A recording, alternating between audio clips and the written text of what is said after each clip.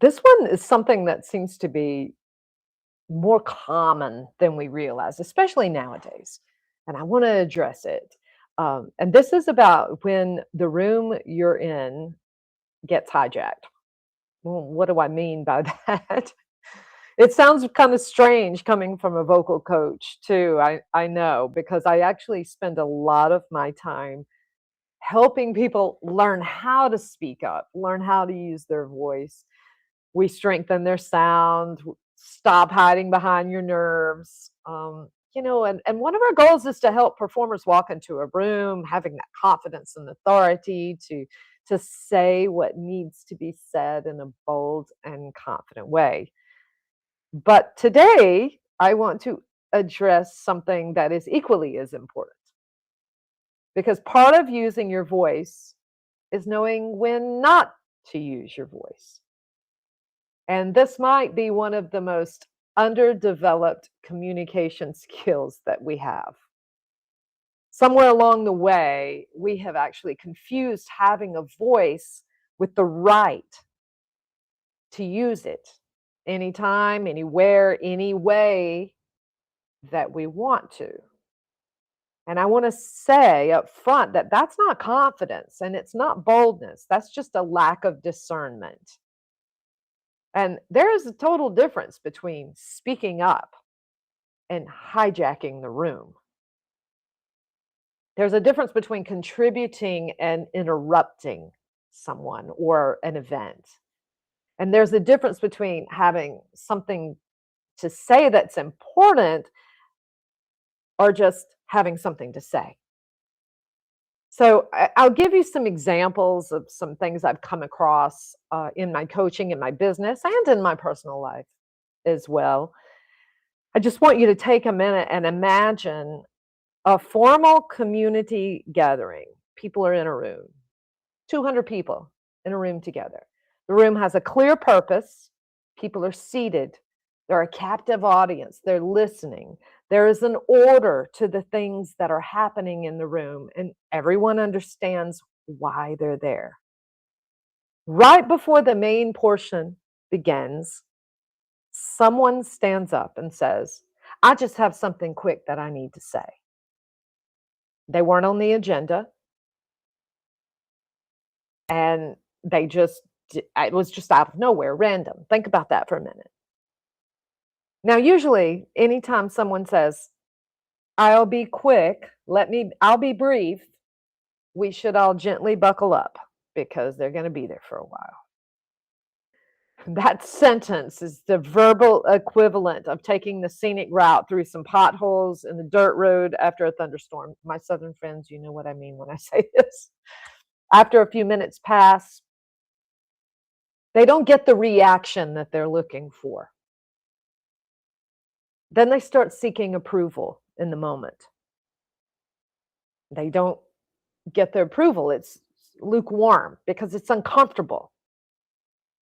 Then they start getting emotional. They take it up a notch. And when they do this, the rambling starts. 15 minutes in, the audience is completely tuned out, and someone says, bless their heart, because it's uncomfortable and they're trying to displace the discomfort that is felt by most of the people in the room. So, what's happening here? The person is sharing an opinion about something they heard, they saw, they read, and maybe it's true. There's a good chance it isn't, though, because they saw it on the internet or they watched it on TV. And maybe it has a really great point and it's spoken with the best of intentions, but the timing is wrong. The facts are unclear, and the room has now just been hijacked away from its original purpose. And this is what I mean by a voice that doesn't have discernment. The problem is simply not that someone spoke out of turn or it's that the person didn't read the room. They didn't ask the question, is now the right time? Is it the right place? Am I the right person to deliver it? Do I have the knowledge, the role, or even the invitation to stand up and speak right now? They just felt strongly.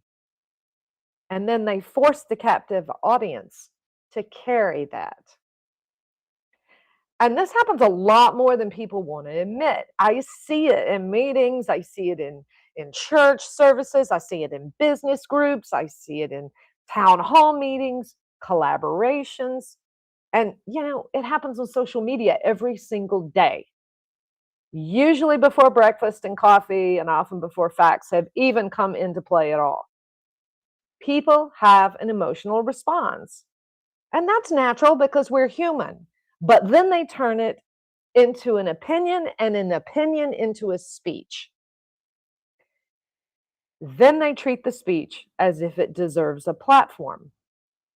And I'm going to say this, if you're saying, "Well, I don't do that." Oh boy, you really need to do some self-check, because at some point in our lives, every single one of us has the urge to react to something. We see something that triggers us or something we don't agree with, but we don't have to always act upon it. So you've got to ask yourself, why would I act upon it? Is it necessary, and is it appropriate? Emotion is not the same thing as wisdom. And although your feelings are very real, it does not automatically make your conclusion accurate or applicable, big word there, applicable to the room that you're in. Your reaction might be sincere, but it also doesn't make the timing appropriate. And your feeling might feel very urgent, like you just have to say this right now. But it doesn't mean that everyone in the room needs to hear it right now. And this is where we all need to grow, because a powerful voice is not just a voice that can speak. It's a powerful voice. Let me say this, this is very important. A powerful voice is a voice that can be trusted. Trusted to speak when it matters, trusted to pause when it does not, trusted to know the difference between contribution and disruption. And that distinction is very important, because not every idea is a contribution. Sometimes an idea is just an idea. Sometimes a thought is just a thought, and it can stay in your head. It can survive there. I promise. Another example of this in a business setting, someone schedules what appears to be a friendly coffee chat. They get on your calendar, and you think that you're showing up for connection, a conversation, maybe mutual support. And 5 minutes in, you realize that this really was not a coffee chat. This was a sales pitch. And I can't tell you how many times I've experienced this. The person starts telling you why you need their services. They try to convince you. They assume that the access to your calendar actually means access to your business and your time and your wallet. And when you politely say, "No, I'm not interested," they say, "I understand. You might not be ready for the next level." True story. And that's just a passive aggressive jab. Why? Because they weren't there for the relationship to start with. They were there for conversion. Once again, this breaks trust, because persuasion without permission becomes pressure. So if you want to pitch something to someone, just be honest about it. If you want to sell something, say that.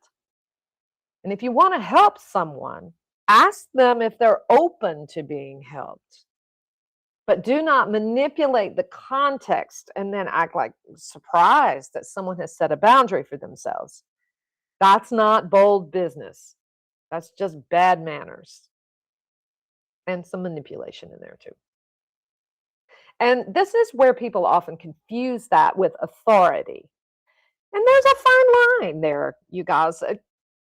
Being in a room does not automatically make you a leader of the room. The leader, once again, has to earn the trust of the people in the room to actually be a leader. There is such a thing as timing, there's such a thing as a proper role, and there's such a thing as a relationship.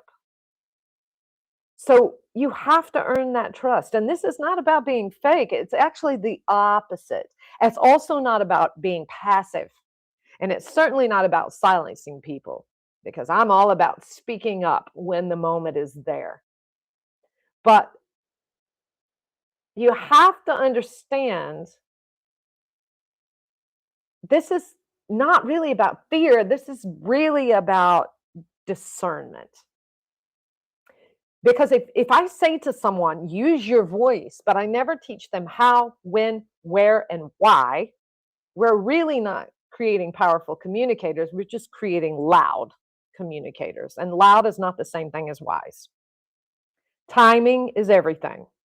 You know, you don't go into a performance and sing every single note as loudly as you possibly can. You don't just go in and run around on the stage because you have energy, right? The rests matter, the pauses matter, the breaths matter. Self awareness matters, and this is the most important thing. So you need to ask yourself, is this true? Is it necessary? Is it appropriate? Is it the right time? Am I the right person? Will this serve the room, or am I just pulling attention towards myself because you just needed to say it? Yes, expression can be about release, but contribution is about responsibility, and mature communicators know the difference between the two. And here's something that's very important to you. When you do this, you are putting enormous amounts of pressure on the people who are leading the room. Because when a room gets hijacked, the people leading, they're not trying to be weak. They want to be kind. They don't want to embarrass anybody. They don't want to be harsh.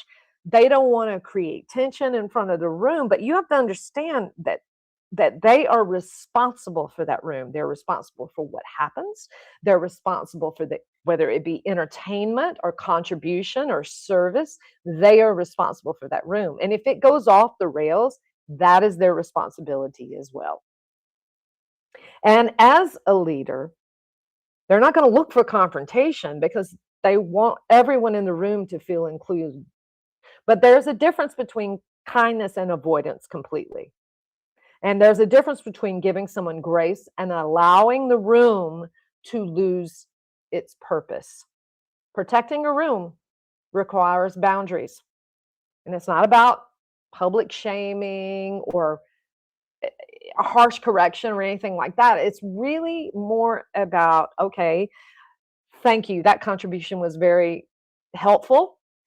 We're on a time schedule and we have to keep to the schedule right now, but thank you for your contribution. Do you have to understand? I've been in rooms where the leader of the room allowed the audience to take over. And that's not really good for anybody because it just allows chaos in the room. So understand this, that structure in a room, timing and keeping on the schedule and keeping the thoughts going in the correct direction do not kill freedom. They actually protect the purpose of what the room is created for. And when we ignore the purpose of the room, we often misuse the power of our voice. So here's your challenge for you today. Use your voice. Absolutely 100% use your voice. Strengthen it, train it, let it carry your truth, the truth, courage, beauty, wisdom, conviction, but do not cheapen your own voice by spending it on every single impulse that you feel. Because not every thought deserves the microphone and not every opinion deserves the floor, right? Not every emotion deserves an audience. And not every correction is yours to give. Sometimes, the most powerful thing that you can do with your voice is be silent. That's wisdom. It's not fear, it's wisdom and discernment. And discernment may be the difference between having voice that people actually listen to, and having a voice that people trust. So I hope that there's something that we can take away to help today make you a better communicator, make you fit into these rooms and feel more comfortable. And if you are in a leadership role, understand that setting a boundary for your room is not bad. It's not harsh, and someone may complain about it. But at the end of the day, it's what will gain respect and will keep people coming back. Follow for more tips on voice, performance, and how to use pauses to your advantage. I'll be back soon with another live. Have a great day.